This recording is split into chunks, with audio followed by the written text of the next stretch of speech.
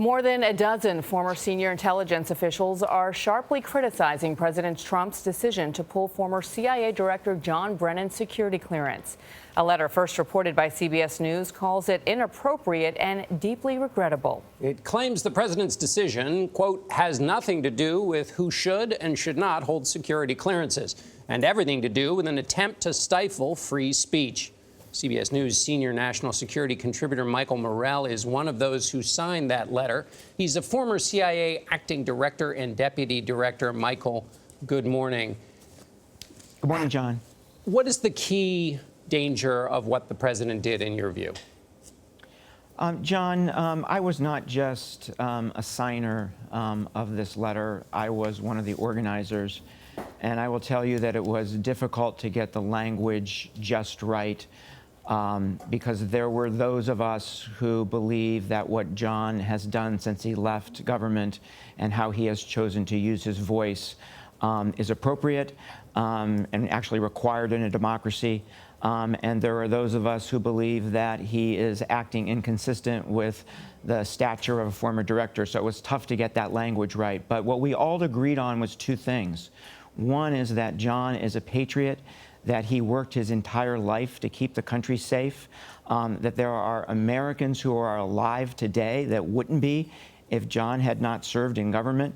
And none of us liked the allegations that were being made against him by the White House and by some members of Congress, including Senator Paul. The other thing we agreed on, John, is that the use of a national security tool for political purposes is inappropriate, unprecedented, and dangerous in a democracy. Dangerous how? Or is this a national security issue?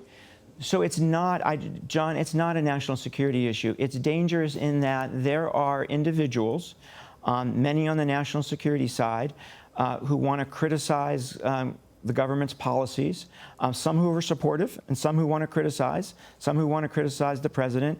And this, in our view, was an intent to intimidate them. And the risk here is that a number of people will no longer speak out because they'll be afraid of the president taking action against them.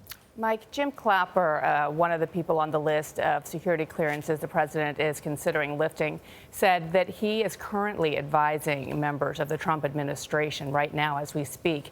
He didn't want to name them. What does that tell you about the president and his state of mind now? Is he aware that he could actually be shooting himself and the country's security in the foot?